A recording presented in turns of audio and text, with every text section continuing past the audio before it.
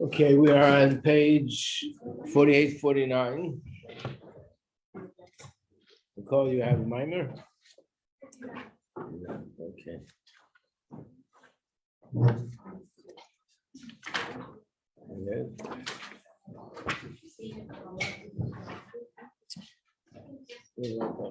Okay.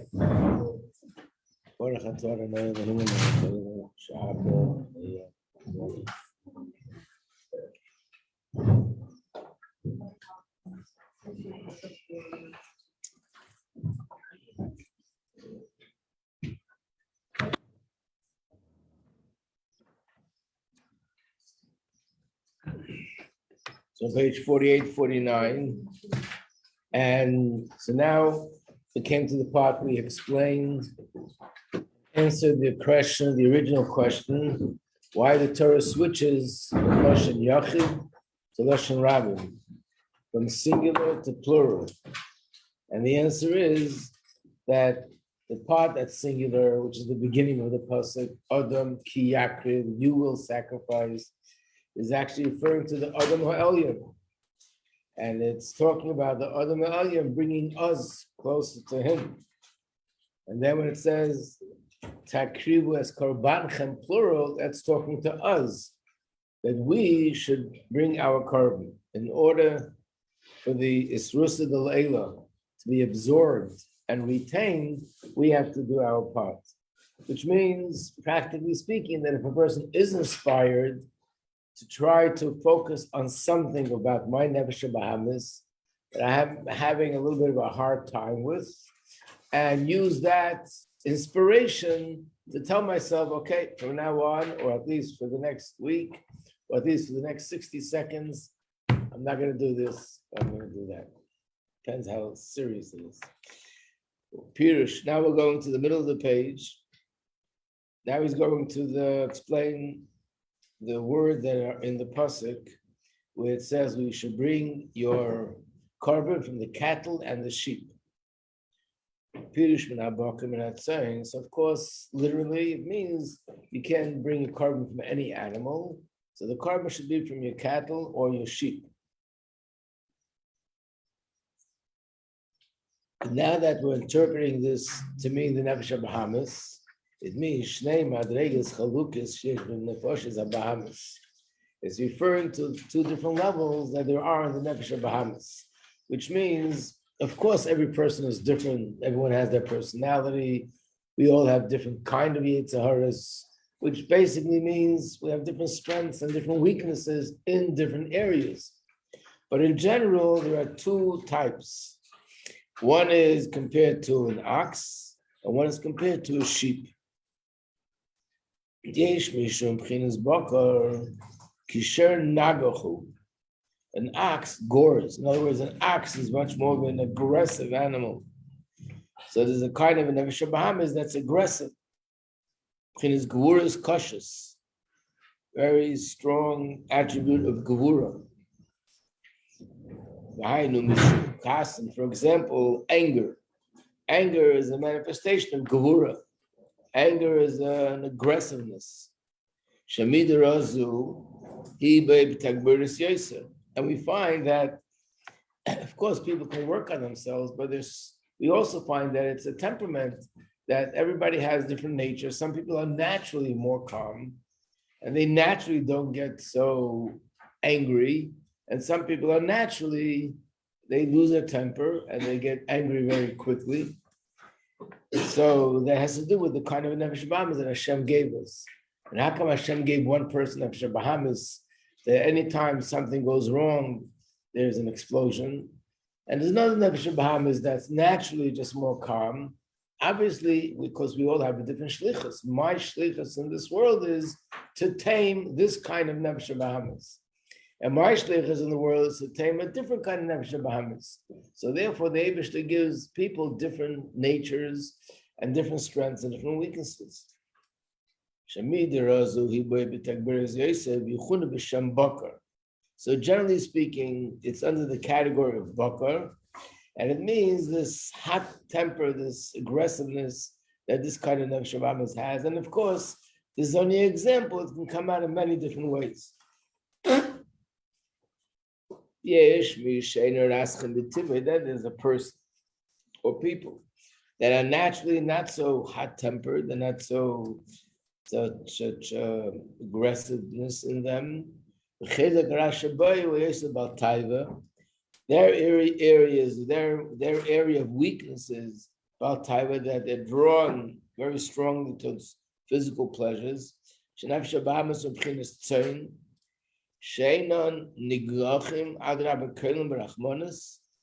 Gemara says that they are by nature more compassionate, and even the sounds that they make arouse feelings of compassion. So they're not this aggressive kind of an animal. But their thing is taiva. So there's a person that's his nefesh bahamis. Kol eile tzarich liskafia. So when we say that you bring a carbon either from the cattle or from the tzayin, which means we have to work on my nefesh bahamis, either this one or that one. And the reason why the Torah spells it out is because the avodah is a different avodah. Every person, his avodah has to be designed according to his nefesh bahamis. There's a story with the Rabbi Marash. Remember I told you that Rabbi Marash would very often speak and say things in a humorous way. So one time a chassid came in to the Rabbi Marash and asked him about something. They needed advice. And the Rabbi Marash gave him a path, an avodah, what he needs to do to help himself. Then the other chassid walked in with a very similar thing, and the Rebbe told him something else. And apparently, I don't know the detail, but it looks like what the Rebbe Marash told the first person was something which was an indication of a person who's a little bit on a higher level. And when the Rebbe Marash told this person, it was something simple. So he was disappointed, couldn't contain himself, and said to Rebbe Marash, Rebbe, how come this chassid, for the same thing, you told him to do something else, and me, you told him to do this? Again, a true chassid would never say such a thing to a Rebbe, but this is where he was holding. What did the Rebbe Marash say to him? He said, if I would tell everybody and give everybody the same answer, what kind of Rebbe would I be? So he said that in a humorous way, but it's not really humor, it's really emes. A Rebbe doesn't give you advice like a psychologist or a therapist or a teacher or mashpia. A Rebbe recognizes your neshama and knows what are your strengths and what are your weaknesses, knows what your shlichus is, and based on that, he tells you what your path of avodah is. Just like we learned about the 12 shvatim, that Reuven, Shimon, Levi, Yehuda, Yaakov Avinu told Yosef that he's compared to an ox, and he told Yehuda that he's compared to a lion, which means he saw the source of their neshama, the shlichus of their neshama, and all those that belong to their tribe, and therefore he's telling them what their avodah is based on what their shlichus is. That's how a Rebbe answers a person. When a person asks the Rebbe if I should go into education or should I go into business, the Rebbe doesn't just evaluate what kind of person he is, what's his personality, what he's good at. No, the Rebbe's main thing is what's his shlichus in this world. And based on that, the Rebbe tells him, the Rebbe might very often camouflage it and give some sort of a logical reason. But the real reason is it's the spiritual thing that the Rebbe sees what my shlichus is, and therefore he tells me you should be in this country, you should be living in that country, you should stay here.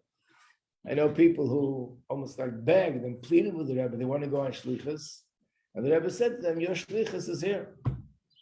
Other people, the Rebbe was upset, why are you just hanging around? Why don't you go on shlichus? So everybody depends on what their mission is, why the neshama came down to this world. So therefore, the avodah is a different avodah. If I have a certain kind of a yetzer hara, which is under the category of cattle, the way to deal with it is different than when you have to deal with the yetzer hara, which is tzayin. And therefore, what applies to one person might not necessarily apply to the other person. Interesting. There's a sefer from the Frierdiker Rebbe called Kuntus Chinuv Hadracha about education. Now we know how much Chassidus talks about iskafia. Iskafia means that don't give in to your temptations, into your impulses. Don't do things just to satisfy yourself. Everything should have a purpose and a meaning. But in that Kuntus, where he talks about how to educate either students or even children, he says that even something like this, where you're training a child to be disciplined, not to give in to what they want, what they just have pleasure, but you have to see where the child is coming from, what kind of home they grew up in. If they grew up in a home which is a very comfortable home, you can't expect of them what you expect of someone else, which means if someone grew up with certain standards of living, certain standards of eating, and to them, not having it is much different than a person who didn't grow up like that. They could do iskafia. For someone like this, he can't do iskafia. It's like we live in our times today. Our iskafia is not what it was 100 years ago in the city of Lubavitch. It was a different kind of iskafia. The standards of living were different, and everything was different. So, like we had teachers who would say, eating an orange or an apple, like such pleasures. These are the tyrants of this world today. So basically, we have to know which kind of Yetzirah we belong to. Page 50, 51. And that's what it means. Bring your korban from the cattle and the sheep.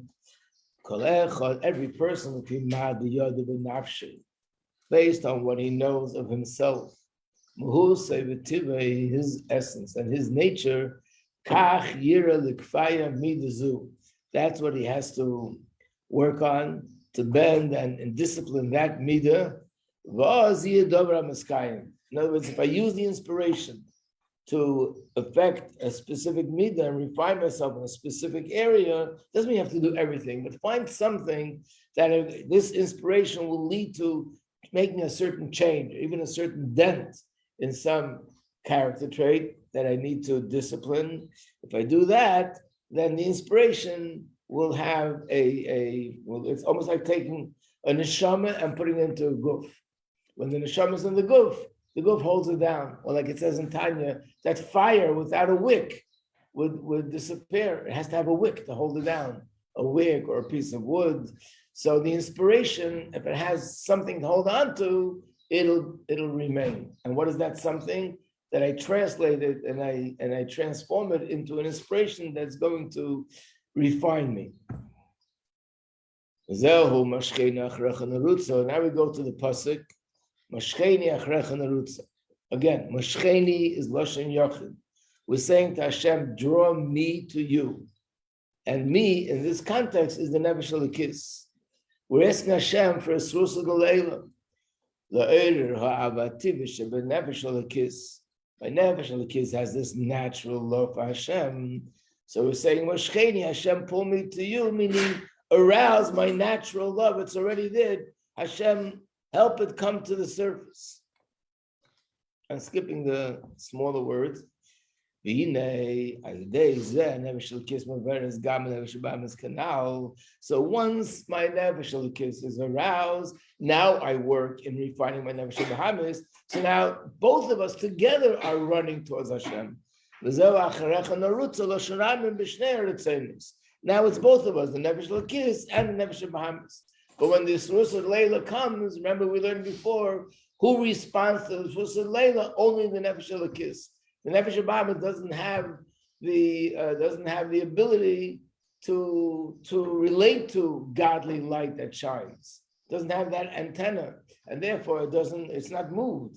But once the Nefesh Lakis is moved, then the Nefesh Lakis, which is closer, could change Nefesh Bahamas and Acharech and Arutza. That's the two first parts of the pasuk. Then there's a third part of the pasuk. Back to singular. The king takes me to his private chamber. And here it again is Lashon Yochid. Why? Page 52, 53. Hainu Chadara v'Shisha Sidrei Mishnah. Shem Chinas Chesed Gevura Teferes Chesed Din Rachmim Rosh Tevas Chedesh Me'am Nifshach Kosher Apostle Tomi V'Torah Chai V'Zakai. What does that mean? What's the connection between Mishnah and Cheder? Cheder, everyone knows what a Cheder is. That's what little children learn. But Cheder is three letters: Ches, Daled, Reish. These three letters represent the three basic midas. Ches is Chesed, Daled is Din, and the Reish is Rachamim, which is Chesed, Gura, Teferes. What does that have to do with Mishnah? The Mishnah has 6 volumes. And the reason why it's 6 volumes, the number 6 corresponds to the 6 midas. There's sometimes we talk about midas as being 7, and we include malchus, and sometimes we talk about them as 6, and we don't include malchus. So, what is Mishnah all about? Mishnah is all about the halachas. What are all the halachas about? Is this kosher or is it pasul? Is this pure or is this impure? So, for example, there's 6 volumes. One volume talks about all the laws that pertain to agricultural things. So it's all about things that grow in the field. Is this kosher? Is this kalayim? Is it meiser? Like here in America, we have hardly any halachas in that area. But in Israel, there's so many halachas. The 7th year shvius, there's laws of meiser and truma and different things that have to be done. And if you do it this way, it's kosher. If you do that way, it's not kosher. Then when it comes to, let's say there's laws, one volume is called Nashim, laws about relationship between men and women, the same thing. What relationship is permissible? What kind of relationship is not permissible? And then you have Kachim, the laws of sacrifices. What is permissible in a sacrifice? What's not permissible?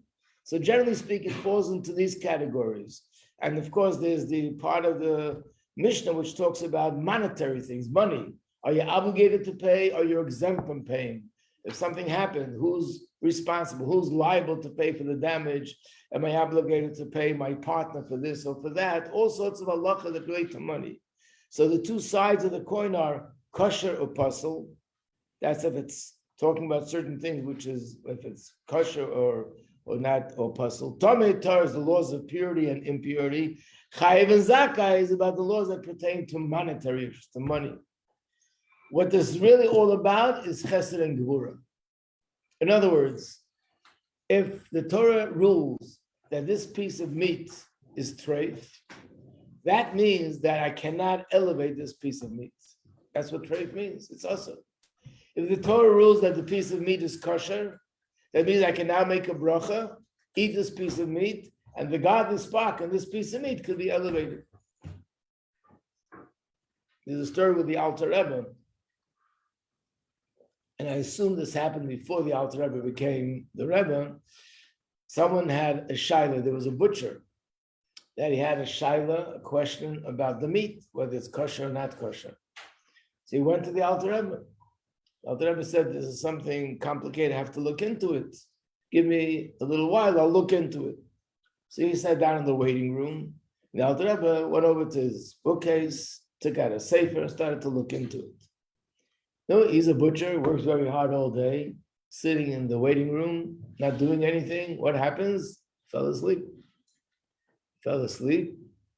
And a little while later, he wakes up. Where am I? What went? Oh, he came to the Alter Rebbe and he takes a look. It's much later. He walks over to the Alter Rebbe's room. There are piles of books here, piles of books there, piles of books there. And he's very embarrassed. Says, Alter Rebbe, I'm really sorry. I didn't mean to take away so much time from you. I really feel bad. I'm sorry. I'll throw out the meat. It's not a big deal. Please, Rebbe, stop. It's very late at night. I didn't mean to do this. So the Alter Rebbe said, if you would see, these are the words that I heard, if you would see the way the ox is begging that I should make it permissible, you wouldn't talk like that. In other words, just throw it out. But the ox is begging. What does it mean, the ox? Obviously, it means there's a godly spark in the meat.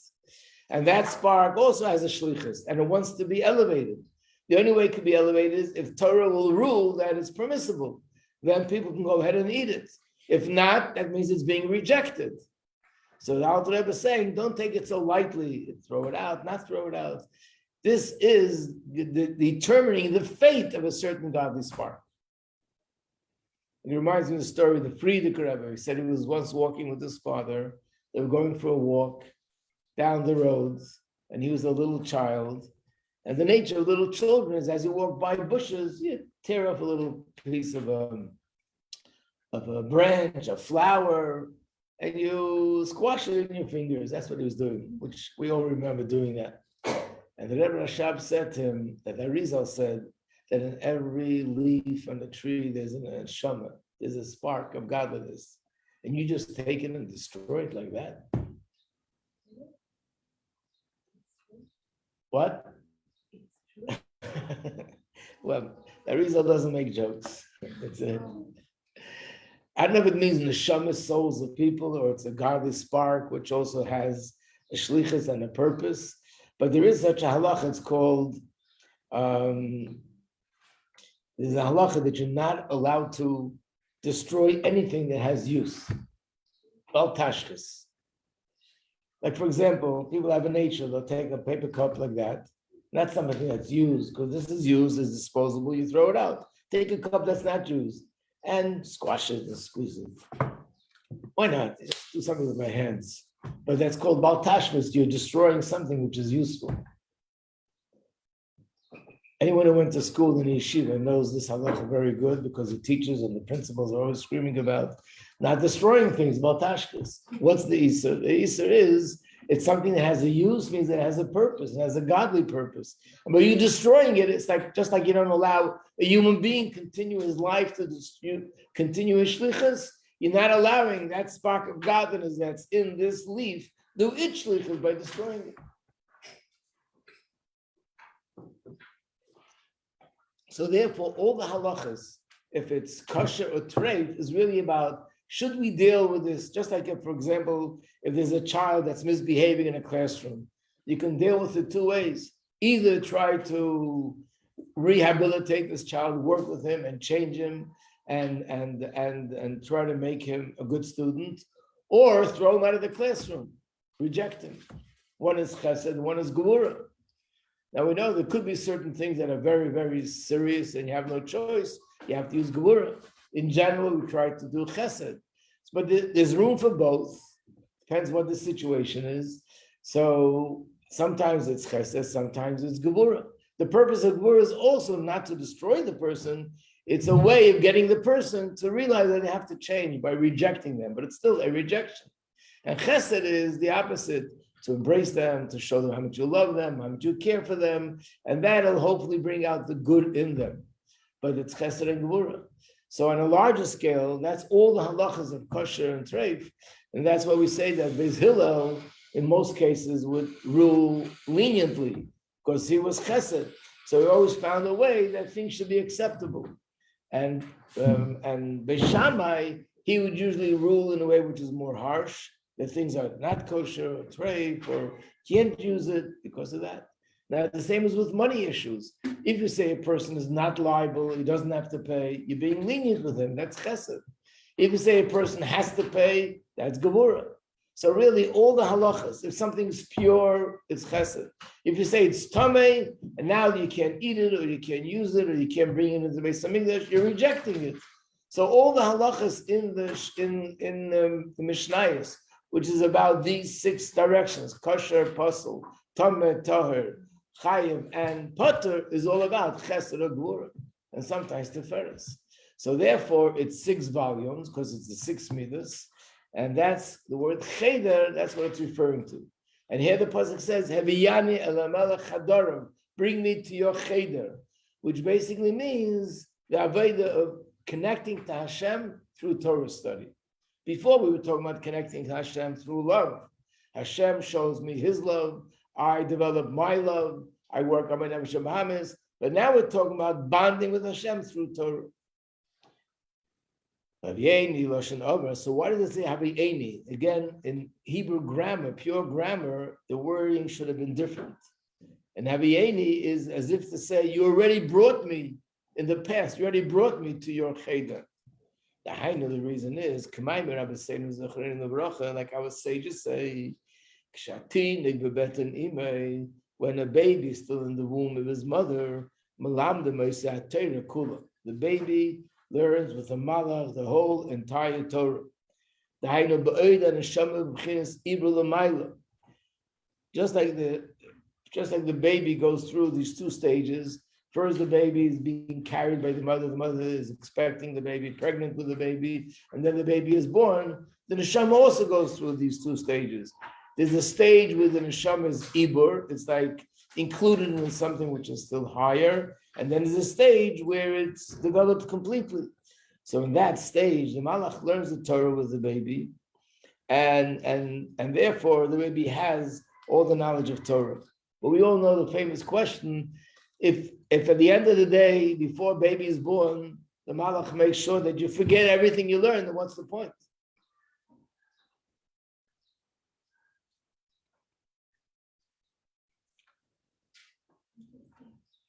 So the answer is, obviously, that the fact that you learned it means that you have it in you in a subconscious level. And the fact that you have it in you in a subconscious level has an impact on you. That'll enable you to learn Torah now and understand it better because you have it in you already from when you first learned it with the malach. And not only that, this gives you koyach to have avos Hashem and yiras Hashem. It's just like anything else. If you study something now and you forget it means you can't remember it on the conscious level. Subconsciously is there forever. Anything a person experiences is in memory. It's there forever.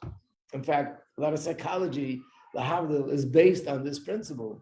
That's why people act certain ways because they don't remember, they don't know, they don't understand why I'm responding in a certain way, but because your subconscious remembers this, that, and the other thing, and that's why you're reacting to something in a happy way or the opposite. So certainly, according to Torah, when you learn something in your memory, it remains forever. And therefore, in this case, even what the baby studies, what the neshama gets before it's born, stays inside in a deep subconscious place. And from that place, after the baby is born, this place enables the person, gives the person the koyach, sheyar lo or havaya, the koyach ahava v'yira l'yisma shcheni. In other words, being that he already was connected to Hashem through my learning Torah, so now it makes it much easier for this to happen even after I forgot everything consciously, but because it's there subconsciously, that's why I'm going to be able to experience this mashcheni that Hashem will pull me and I'll be inspired.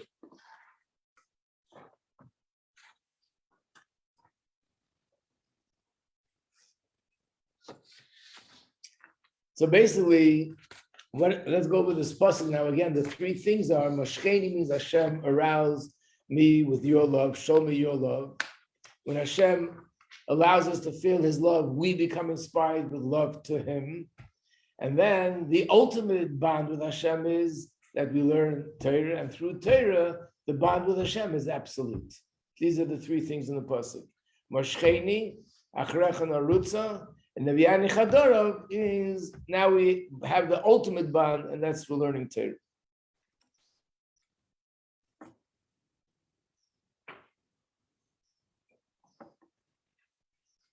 Now he's going to bring out how Torah itself could be one of the ways of arousing this Rusa de Leila.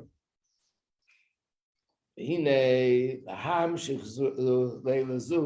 word Isrusa Leila by definition means it's from above, it's not from me. But nevertheless, there's something that I can do to trigger that Isrusa Leila.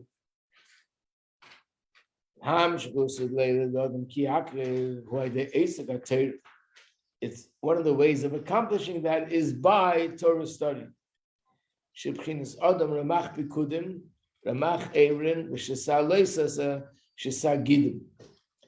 we know that the level that we're talking about is Adam ki Yakriv Mikem. So the Torah is also called Adam. It doesn't bring the pasuk here, but it's a pasuk that's brought down very often in Chassidus, where it says Zeish Torah Adam. Literally, it means this is the teaching for the person, but there's another meaning to it that Torah is called Adam as well. Why? Because the Torah also consists of 613, 248, and 365. The Torah consists of 248 positive commandments and 365 negative commandments. So the Torah is something which is made up of 613 parts. So the Adam, just like we are Adam, and we're connected to that Adam, the Torah is also Adam, and it's connected to the Adam Elyon. So when a person learns Torah, what you're doing is you're drawing down the Adam Elyon. Nimshach liyas ki Yakriv.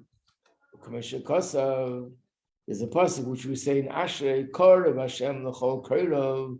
Hashem is close and near to all those that are near to Him. L'chol sheikru be'emes, to all those that call to Him in truth.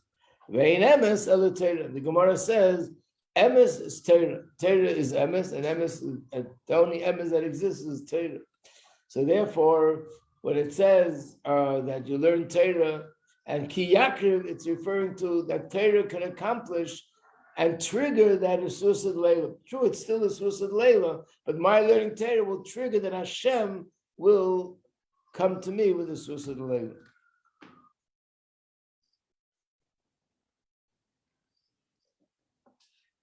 Zehu, any questions? So when we bringing Hashem into learning Torah, right? This pasuk, let's call Hashem Yakriv Emes. It means you call Hashem by learning Torah. So it means learning Torah, right? Because Torah is called Emes. And by me learning Torah, I'm causing Hashem to bring me closer to Him. That's the beginning of the pasuk. Karev Hashem, l'chol korav, l'chol sheikru be'emes.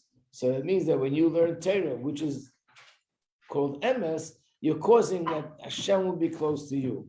And that's what the pasuk is saying. Adam ki Yakriv. When I learn Torah, which is Adam, I'm going to arouse the Adam Elyon that he should arouse me.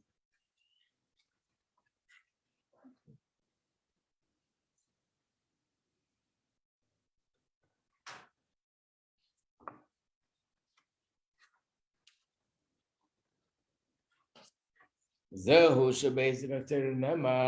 explains another pasuk that is also referring to Torah study. Pasuk where it says, which means Hashem is like a refuge to me, protects me. And then we say He'll make peace to me, and He'll make peace to me twice. Why do we say the word shalom twice?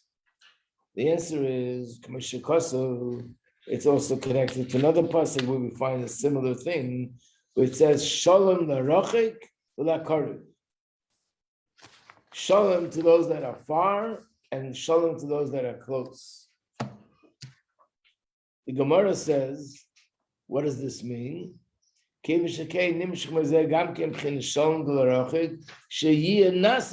Gemara says it means shalom to those that are close, and shalom to those that are far that become close. So there are two possibilities of how somebody's close to Hashem. One possibility is that since the day they were born, they were close to Hashem. They grew up with Torah, with mitzvahs, with Shabbos, with Yontif, with Kashrus, with all the things. So they're close to Hashem And their avodah is just to get closer and closer, but they're already close. And then there could be someone who is far and then comes close to Hashem. So therefore the pasuk says, Shalom to both, Shalom to Karev and Shalom to Rachel that becomes Karev. So here too, there's two kinds of Shalom. So I guess another way of looking at it is that these are the two kinds of Sursa D'Leila. One that's Karev means that I had this Sursa D'Leila from above without me making any effort, without me investing into it.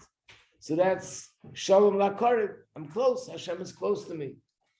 But what's even greater is when Hashem doesn't show him the closeness. I do the Sursa L'Tata from my end. I take the initiative and I refine myself. And as a result of that, Hashem shows himself to me. And that's Shalom, that the Rachel becomes Karev. V'zeu Adam ki Yakriv Mikem. V'zeu Tishmeru L'Hakrav Li. Another passage where it says, Tishmeru, you should observe these laws, L'Hakrav Li. But in another place, the Gemara says the word Shemer is Mishnah. It's a mixture of psukim, but there are different things that are found in different places in Chassidus. But there's a pasuk where it says that you should observe the Torah and everything, and there are different words that are used. And the Gemara explains that each word comes to emphasize a different detail. So the term Shemer is referring to studying Mishnah. And now we look at this pasuk where it says Tishmeru L'Hakrav Li. So that means through studying Mishnah, like you said before, through studying Torah, that's how one becomes one with Hashem, and the bond with Hashem is complete and absolute. What? So when Hashem is close, it means it's a Ruta D'Laela. Yeah. When Hashem is far, it means it's a Ruta D'Laela. Right.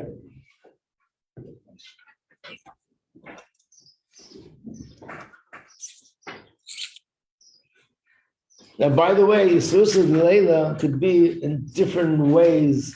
Like, for example, I said before, some people are naturally calm. They don't have a yitzhara for anger.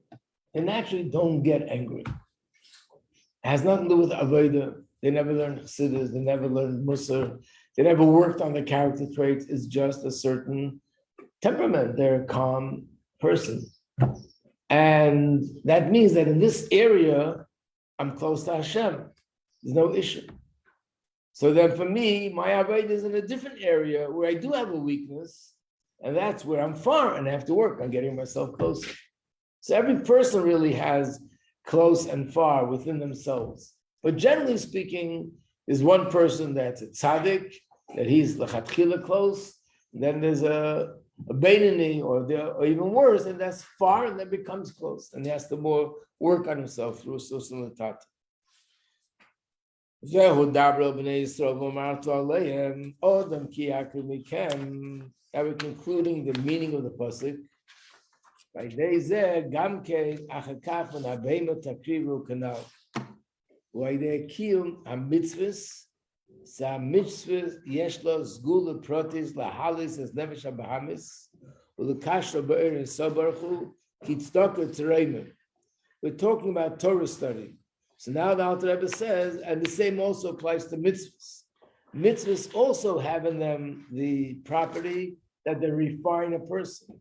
In fact, that's why there's 630 mitzvahs. Each mitzvah refines us in a different way, but that's just the physical observance of the mitzvah. Putting on tefillin refines a person.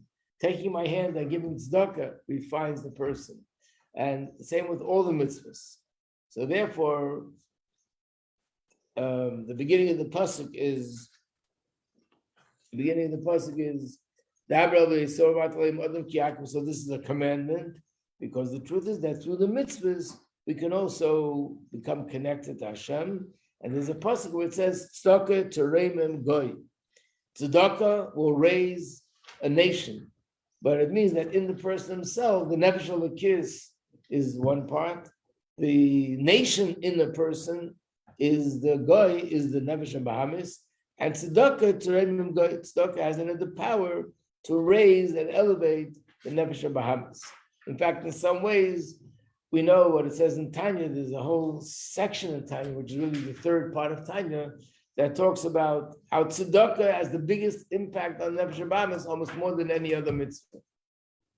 The reasons for it, we'll go into it tomorrow, Mitzvah Hashem. And we're almost coming to the end of the Mamar. Yep. To be continued.